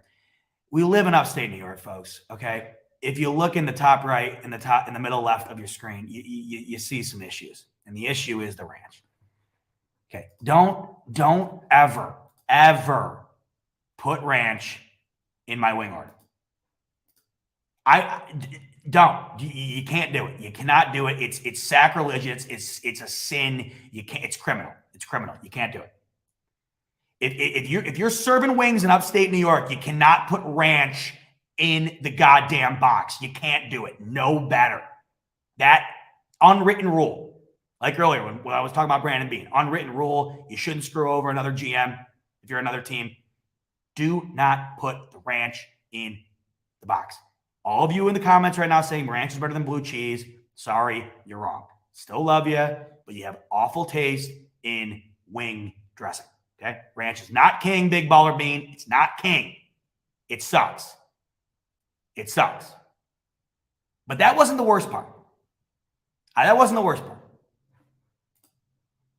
I didn't want to look past the ranch. It was a bummer. There should be another blue cheese in there, whatever. But it gets worse. Look at this. This is the Fisher-Price toddler toy set wing order right here. This is the wing order you get on a Coco Melon episode. And this is the wing order you give your 2-year-old to play with when they're doing a fake kitchen thing, whatever. They got those little fake kitchen sets for kids. These are the wings you whip up. You see that on the right side? That's a quarter. That's a quarter. We all know how small a quarter is. I mean, those wings, they were the size of my pinky toe. So right out of the gate, right out of the chutes, you're giving me ranch. You're already off to a bad start. And you're going to hit me with that? You're going to hit me with that. Rev Rhodes coming in saying inflation ain't no joke, fam. You ain't kidding. And that's what my sister said. My sister said, oh, it's the wing shortage. I go, if it's the wing shortage, then just say you're out. I mean, you can't disrespect me like that. You cannot possibly serve me that. You can't do that. Pandemic wing. Yeah. I had some people. So I posted this on Twitter yesterday. If you haven't got a chance, go over to my Twitter account at ZachB22. Take a look. The comment section is priceless. It's absolutely priceless. What some of you guys said in the comments was absolutely incredible. It's insane. But I mean, you hit me with the ranch, and I'm like, yo, you can't be doing that. It's just, and I understand. Well, you want to know who's a big ranch guy? I think it's Pierre. I'm almost positive Pierre's a ranch guy. So it's not just you guys. There's plenty of diehard Bills fans who are in on the ranch. All right. I mean, you're wrong, but I still got love for you. But I think we all can agree. Ranch lover, blue cheese lover. Some people I know don't like dip them in anything, whatever. We can all come together and agree that this right here should be illegal. That is criminal. That is highway robbery. That is absolute spit in the face wings right there.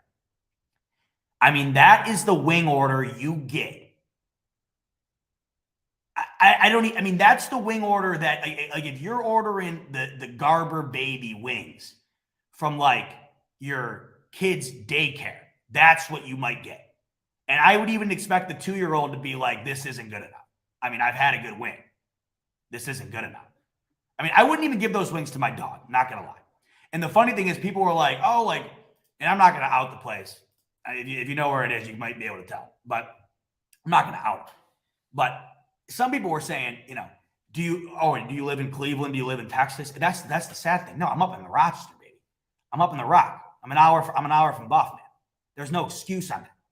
And now I understand things are already tough enough, man. Wings, you can't get a dozen wings. First of all, this is what happened. And I'm sure a lot of you guys have noticed this. There's been a crime on wings lately, an absolute crime on wings, criminal action. Okay, for starters, they got rid of the dozen. You notice this? This is what it was a slow cycle. It was a slow cycle of just absolute bullshit. The initial step was they got rid of the dozen. They got rid of it. It went down to 10, and they thought we wouldn't notice. I mean, I remember when it used to be a damn dozen. That's what it should be. But it went down to 10. Prices didn't change. They dropped 2 wings off of it. Okay. All right. Whatever. I'll still house 10. It's ridiculous, but whatever. Then the price goes. A dozen wings right now cost the same as like a filet mignon. I mean, you can go out to a restaurant right now and get like a tomahawk steak and a side of risotto with a freaking appetizer of capers and caviar and whatever the hell else, and it's the same price as wings. I'm still paying it, by the way. Obviously, I got a problem. I got a problem. I'm a big wing guy, so I'll pay it. But if I'm going to pay that price, if I'm going to hit you with a filet mignon price for wings, you can't be giving me this. You can't be giving me this. And that's all I got to say on the topic. That's a damn shame. And the fact that it was supposed to be for my birthday, too. I mean, happy birthday to me. The golden year. Now, speaking of good wings, somebody coming in here, my boy Danny saying Cajun honey. Doesn't get better than that. If you live in Rochester, I got some good news for you. I don't know if you've heard this yet. Barbell is coming to Rochester. And I got to tell you, I don't think I've been excited for something more in my life. I mean, so the joint that it's going into used to be my favorite bar. It was like 5 minutes from my house. And it used to be my favorite bar. COVID really took a toll on them. It shut them down. So it's been vacant for a while. It's like 5 minutes from my house, massive bar, big joint. It's been down for months now. And nothing's gone in. And I miss the hell out of that place because they had some unreal wings. It was McGregor's. I don't know if there's McGregor's out in Buffalo. There's multiple McGregor's in Rochester, but that was the one that was super close to my house. They had killer wings, just killer food. And they shut down. Nothing's been in there, and I've been missing the hell out of it. Barbell is going into that joint. So if you're up in Rochester, Barbell it's going to be in Penfield. It's going to be in Penfield, right outside the Penfield-Webster line where the old McGregor's used to be.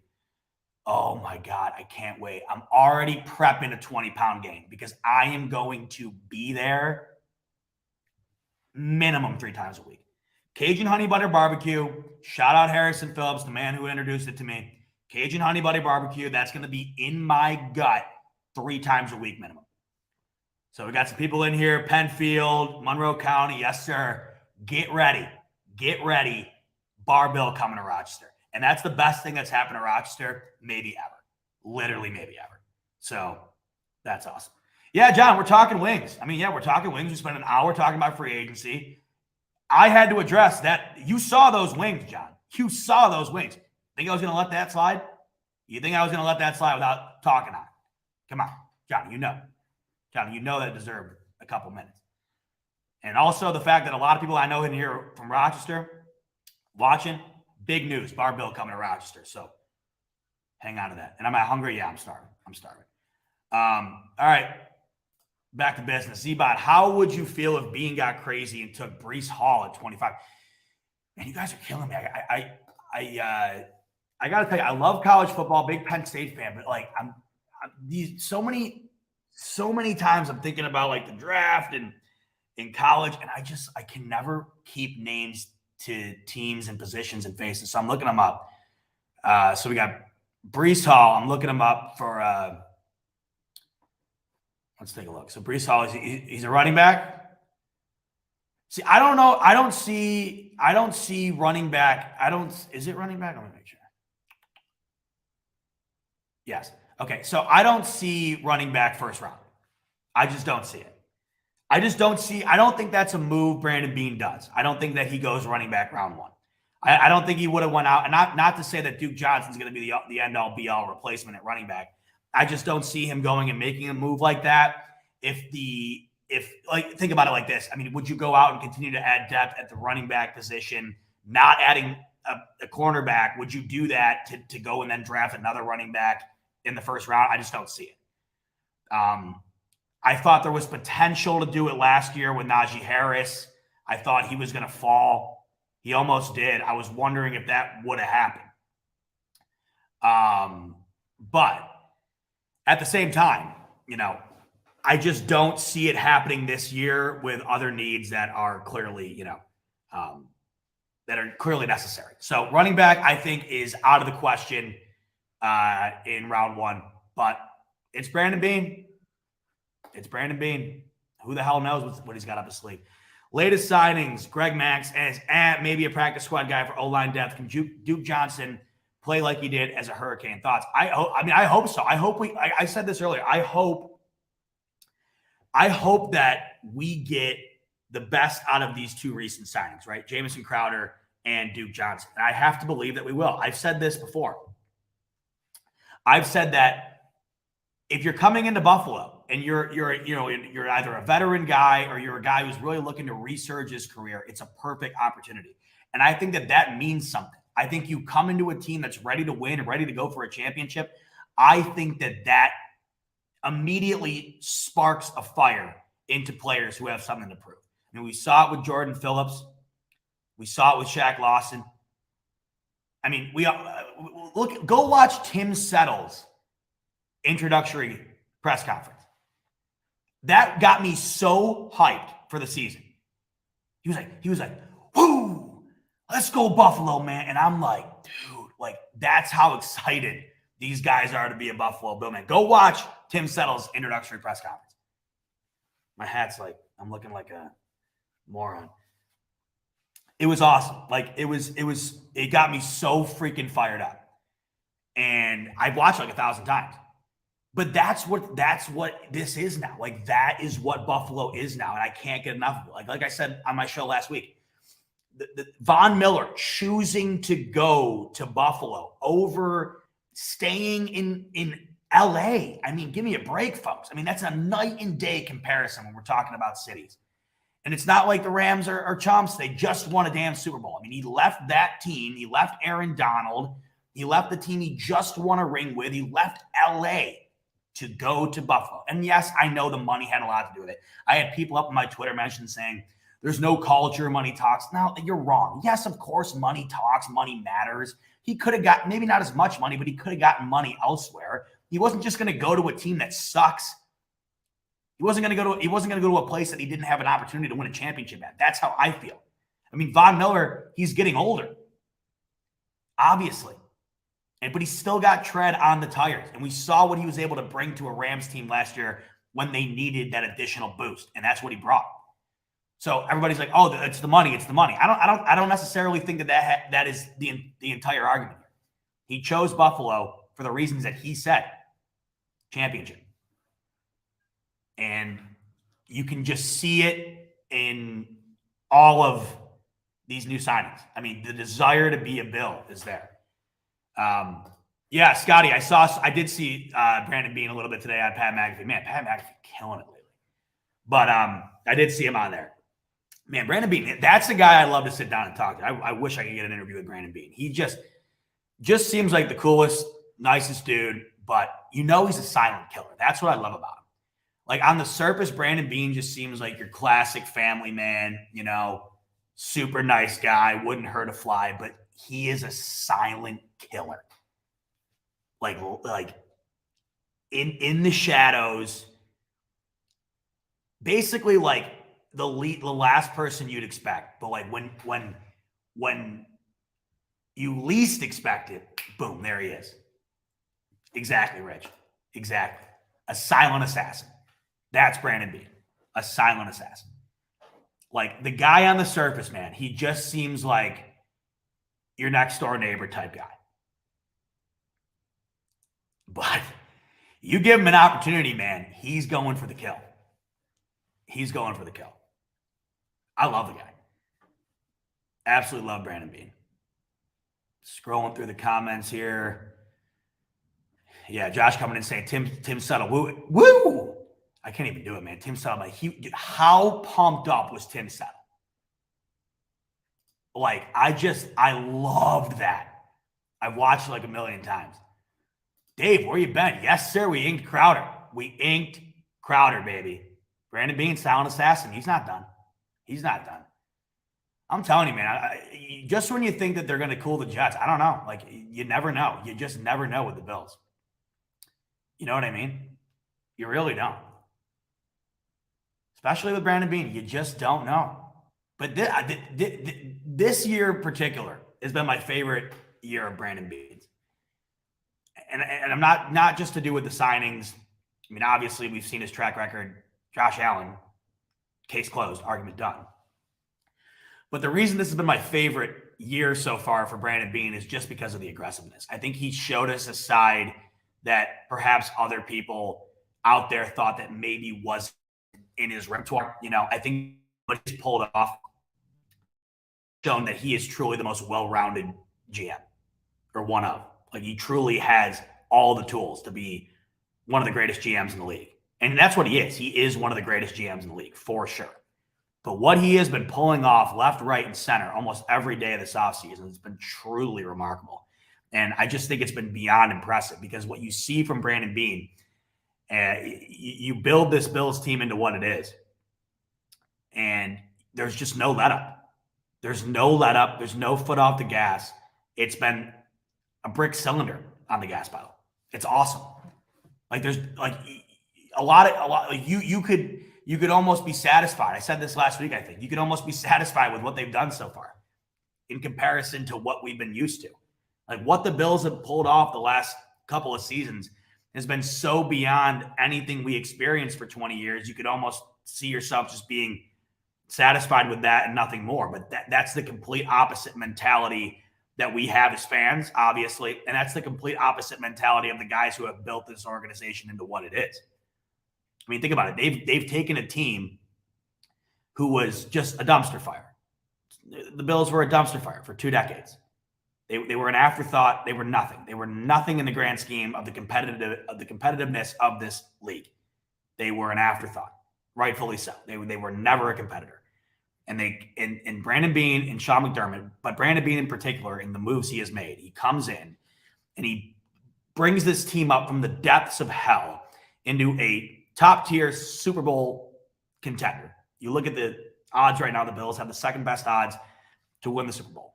You do this, and you just don't stop. And you find the weaknesses in your team, and you immediately try to correct them. And then on top of that, you see what happened with the McKissic. I just think we've seen different sides of Beane that I didn't know were possible. But you look what happened with McKissic, and like, man, he was pissed, absolutely livid, pissed off. And that just showed me, man, what's the lesson? Don't mess with Brandon Beane. Don't mess with Brandon Beane. Because like I was saying earlier, like, yeah, he just looks like your next door neighbor, but at the same time, that's not the guy you want to be messing with. And I think the higher ups over in Washington made some enemies with that McKissic move. But that's what we saw right there. Like, he's out here, he's got one goal in mind, and it's to get better. And if you're going to tamper with that, if you're going to mess with that, you are on the shit list. Period. Josh coming in here saying, remember when we got T.O.? I'll never forget when we got T.O. That was once every 20-year type player. Now we do it all the time. People want to go to Buffalo. Yes, sir. Yes, sir. It's funny. I'll never forget the T.O. signing. And that's a great point, Josh. It's like, that's what you looked forward to back in the day. You looked forward to T.O. making a stop in Buffalo before he retired. You know what I mean? Like, that was the highlight of our Bills fandom for that year. Like, you knew if T.O. was signing, it wasn't going to make a difference. Like, it's crazy. But just reading some comment. But no, it's remarkable. Like, I'll never forget when T.O. signed, and my mom first in line at the mall near the house to get the T.O. jersey. She was interviewed on the TV for the news. Like, that was news. Like, that was like, go to the mall and interview people newsworthy. T.O.'s coming to town. Like, that was peak. That was the peak experience for Bills fans this year. Yay, T.O. He's a year away from hanging up the cleats. That's what it was. And now, like Josh just said, like, it's just like, oh, it's Von Miller. Oh, it's O.J. Howard. Oh, it's Jamison Crowder. Oh, it's Duke Johnson. Like, oh, yeah. Not to mention Josh Allen. Not to mention Stephon Diggs, you know? Like, it's incredible.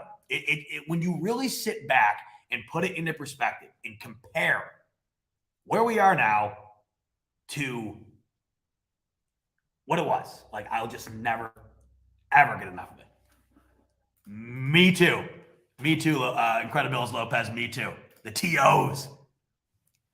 So many good cereals throughout the years for Buffalo. Got the Flutie Flakes.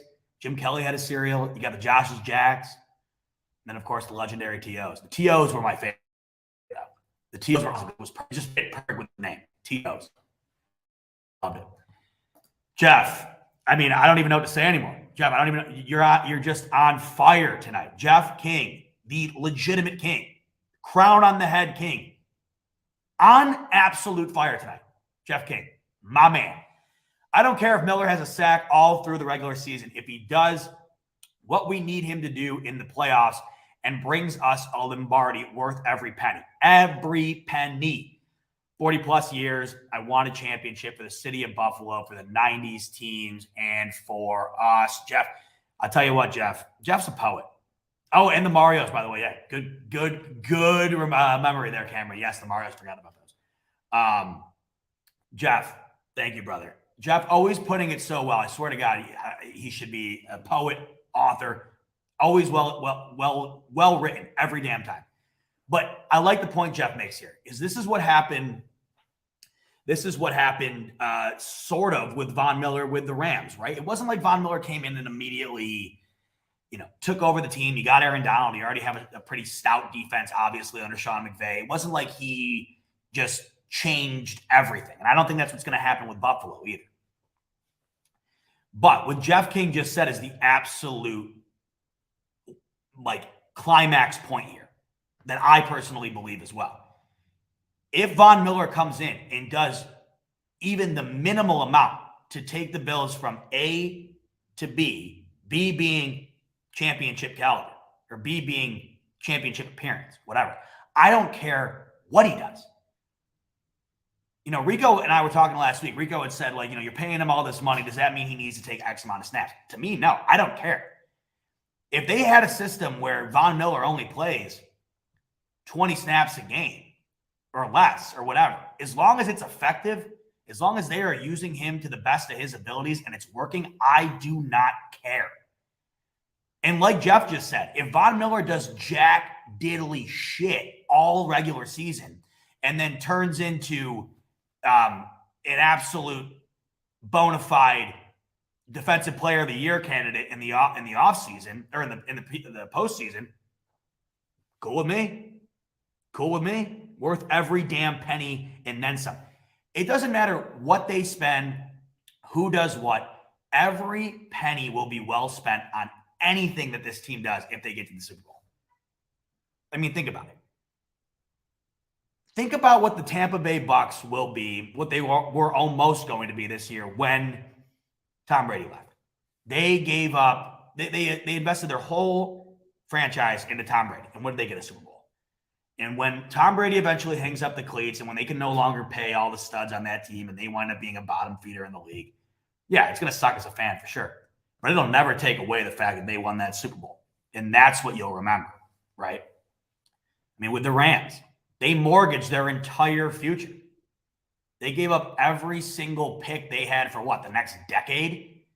You go and get Matt Stafford. You go and get Von Miller. You go and get Odell Beckham Jr. You go and do what you got to do. And guess what? They got it done. And a few years from now, when the Rams are in absolute cap hell and they can't pay anybody, and because of that, Sean McVay retires or whatever, which they were talking about this year, when all that happens, yeah, it'll suck watching the games and it'll suck, you know, for the time. But you got the goddamn Super Bowl. And if I know myself, and if you guys are like me, and I'm sure most of you are when it comes to this team, there isn't a damn thing you wouldn't give up, you wouldn't do for this Bills team to win a Super Bowl. There isn't a damn thing. And if that mentality was executed by Brandon Beane, which we're seeing the pieces being put into place right now, if they give up everything financially, draft capital, you name it, if they gave up everything and the Bills won the Super Bowl, who the hell cares what happens next? Yeah. I mean, we've been through the worst of the worst when it comes to being a fan of this team. Do you think anybody would give a single shit about a cap problem or losing a guy or two or whatever else if the Bills had a Lombardi trophy in the case at one Bills drive? Would anybody care? And the answer is no. The answer is no. Maybe in the time while you're watching the team and things aren't what it once was, and they're not dominant, and they're not the best team in the league, whatever. It's, yes, obviously, I'm not an idiot. I'm going to be the first person to say, man, this sucks. This sucks. We're not, you know, we're not rolling like we used to. We're not feared like we used to. Yeah, it'll suck. But it'll suck a hell of a lot worse than it sucked the entirety of all of our lives being a Bills fan, having to be the punchline of everybody's jokes that we don't have a Super Bowl ring, that we could never get over the hump, could never get it done. Nothing is more valuable than that. I mean, nothing would mean more, you know, and I know for a fact that everybody would be in agreement. You give up what you got to do. The ultimate goal in this game is to get to the top of the mountain. And what we've seen recently is you're going to have to do whatever it takes to do it. And if you don't, somebody else will. Look at the last two Super Bowl champions. It's Tom Brady and it's Matt Stafford on two brand new teams. Two brand new teams that completely built around them. Two brand new teams that are hardly recognizable compared to what they were the year prior. But that's what you got to do. And if you look at the Bills coming into this season, I mean, they're not unrecognizable. They still got the majority of their same players, but they got a ton of guys on this team that were not there last year that are going to be starting. So that's what you got to do. And back to Jeff King's point, if Von Miller doesn't do a damn thing in the regular season and he becomes an unbelievable, unstoppable force in the postseason, it's worth every cent and then some. Johnny Blaze coming in saying, Z-Bot, if you had to pick between eating those small wings with ranch dressing every day for the rest of your life, or the Bills never winning a Super Bowl, what do you pick? Oh my God, Johnny, I would eat those wings for breakfast, lunch, and dinner. I would take those wings. I would put them in a bowl like I would cereal. I'd wake up in the morning. I'd take a cereal bowl. I'd dump those wings in the bowl. I'd drench them in ranch like you would milk on your cereal. And I would eat them with a spoon. And I would have an ear-to-ear grin if I was eating them while staring at my my tattoo on my arm that says Bills Super Bowl champions. That's like the ultimate dream too. I always think about it like, I'm not a huge tattoo guy at all, but that would be a guarantee. Like, I always think about that. Like that's the tat. So that's what I would be staring at. I'd be eating those wings. Well, maybe not staring at it. I don't even know where I'd get it, but nonetheless, I'd be eating those wings covered in ranch, sucking my fingers. I'd be so satisfied. I'd love them. I'd be the biggest ranch fan in the history of the world. And I'd just be watching Super Bowl highlights. You know how they always come out with like the DVD? Like, the Buffalo Bills have just won the Super Bowl. Now you can own a piece of history. Sports Illustrated. Like, I would have that, and it would just be on an endless loop on the TV. I'd just be sitting there eating ranch and wings, watching it like it was the first time I've ever seen it. Carl coming in saying, Brandon Beane will care. He said that he is not going to make bad deals and have to blow the team up in a few years down the road. He builds long term. No, and that's the guy who should care. I, the fan, don't care because all I want is a Super Bowl. Brandon Beane's the person on earth, the one person on earth who needs to care, obviously. And once again, back to what I always say, full faith. Full faith. I mean, today, even look at it the way that they've been building for the future. We can already look at it right now. And I've already said this, but it's going to continue to become more and more and more true as you see new contracts come down the line. Josh Allen's contract is currently a steal and will be a even bigger steal as the years go on. I mean, look at Deshaun Watson. With all the baggage he's bringing in to Cleveland, that's $250 million guaranteed. Look at what Kirk Cousins is getting paid. You saw me break down the stats of those contracts on my show last week. Steal. So Brandon Beane, he's the guy who you want to be calling the shots because he's the guy who knows how to do it. He's not going to blow the team up. But what I am saying is if the team did blow up, I'm fine with it if there is a trophy in the case.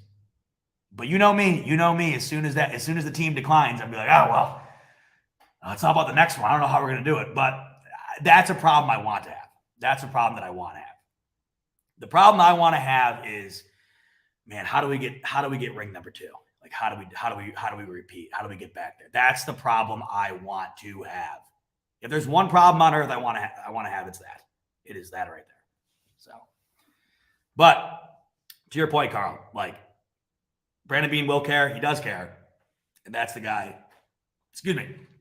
Got some of those shitty small wings coming back up. That's the guy that we should be beyond over the moon stoked that, he's in charge because doesn't get better.